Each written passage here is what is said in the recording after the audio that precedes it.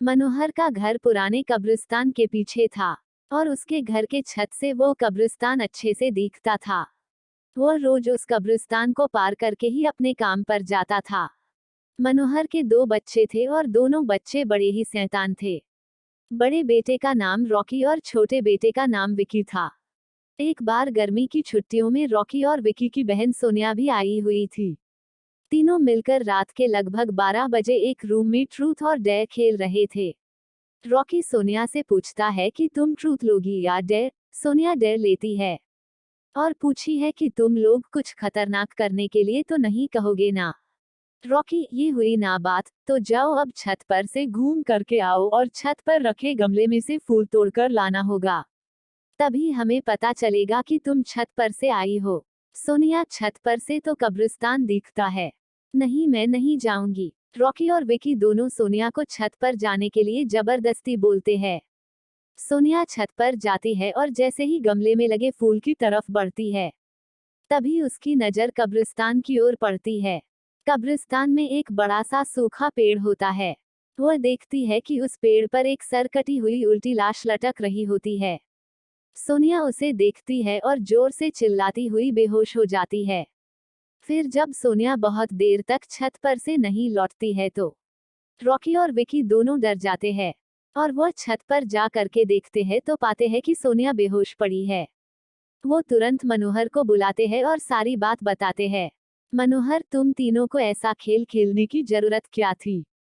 और रॉकी, तुम तो जानते हो उस कब्रिस्तान के बारे में कैसी कैसी खबरें आती है, फिर भी तुम सोनिया को रात में छत पर जाने के लिए क्यों भेजा?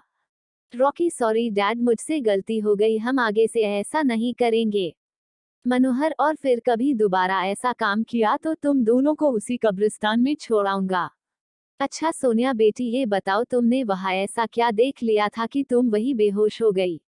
सोनिया सहमी हुई हालत में मनोहर को सारी बात बताती है कि उसने क्या देखा। मनोहर ने उस कब्रिस्तान के बारे में ऐसी खबरें पहले भी सुनी हुई थी, इसलिए वह सोनिया को डांटता नहीं है और बच्चों को संभल कर रहने की सलाह देता है। एक दिन मनोहर को काम से छुट्टी मिलने में देर हो जाती है और उस दिन उसे ऑटो भी नहीं मिलता है। वह पैदल ही घर की ओर चल पड़ता है।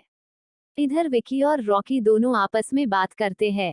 रॉकी, विकी, तुम्हें क्या लगता है सोनिया ने जो कहा वो सच है? मुझे तो लगता है कि वो सिर्फ बातें बना रही है, वो उसका भ्रम होगा। विकी, अरे नहीं भाई, तुमने उसकी हालत देखी नहीं एक दिन भी, और यहाँ रुकने को तैयार नहीं हुई। मुझे लगता है कि उसने सच में कुछ देखा होगा। रॉकी, चलो हम कब्रिस्तान में जाकर खुद ही देख लेते हैं। विकी, अरे भाई, तुम पागल तो नहीं हो गए हो? मुझे अपनी जान बहुत प्यारी है। मैं कहीं नहीं जाऊंगा और तुम भी मत जाओ। विकी के मना करने के बावजूद रॉकी नहीं मानता है और वह अकेले ही कब्रिस्तान की ओर चल देता है। कब्रिस्तान का दरवाजा खोलता है और अंदर चला जाता है।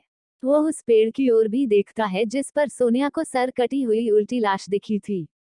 रॉकी खड़े होकर उस पेड़ की ओर देखता है, तभी एक अदृश्य हाथ उसके पैरों को पकड़ लेता है। रॉकी डर जाता है और जोरों से चिल्लाने लगता है, बचाओ, बचाओ, छोड़ दो मुझे, मुझसे गलती हो गई, मैं फिर कभी यहाँ दोबारा नहीं आऊंगा। दूसरे कोने पर एक कब्र होती है जो कि खुली हुई होती है, उसके ऊपर खून लगा हुआ होता है। वह अदृश्य हाथ रॉकी को खींचकर लाते हैं और उस कब्र में अड़केलने की कोशिश करने लगते हैं। रॉकी चिल्लाता है, छोड़ दो, मुझसे गलती हो गई, मैं फिर यहाँ कभी नहीं आऊंगा, मुझे मत मारो, मुझे जाने दो। मनोहर काम से पैदल घर पहुँचने वाला ही होता है। जैसे ही वह कब्रिस्तान से गुजरता है उसे रॉकी की आवाज सुनाई देती है। मनोहर, ये क्या? ये तो रॉकी की आवाज लगती है। ये तो कब्रिस्तान से आ रही है, मुझे जा करके देखना चाहिए। मनोहर कब्रिस्तान में चारों ओर देखता है लेकिन रॉकी कहीं नहीं दिखाई देता है। वो घर लौटकर आ जाता है और विकी से पूछता है कि रॉकी कहाँ है। विकी, पापा, मेरे बार बार मना करने के बावजूद भी रॉकी कब्रिस्तान में चला गया। वो जानना चाहता था कि सोनिया जो कह रही थी वो सच है या नहीं। मनोहर, हमारे पास समय बिल्कुल भी नहीं है। जाओ घर के मंदिर में शंख में जो जल रखा है वो जल्दी से लेकर आओ, हमें रॉकी को खोजने कब्रिस्तान जाना पड़ेगा। विकी वो जल लेकर आता है। मनोहर और विकी कब्रिस्तान में जाते हैं। मनोहर जल छिड़कता है, फिर उसे किसी के घसीटने का निशान दिखाई देता है।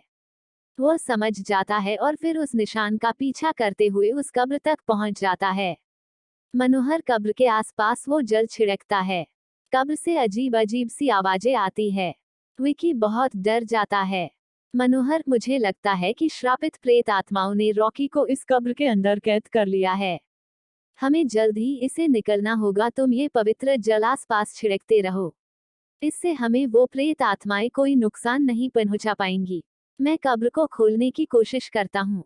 मनोहर उस कब्र को खोलने की बहुत कोशिश करता है। अंत में वह कब्र खुल जाती है। उसके अंदर रॉकी लथपथ बेहोश पड़ा होता है। मनोहर रॉकी को लेकर हॉस्पिटल जाता है। उसकी हालत बहुत गंभीर होती है।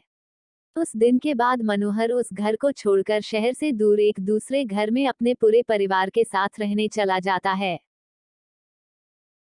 प्लीज लाइक करिएगा, सब्सक्राइब करिएगा और मुझे सपोर्ट करिएगा।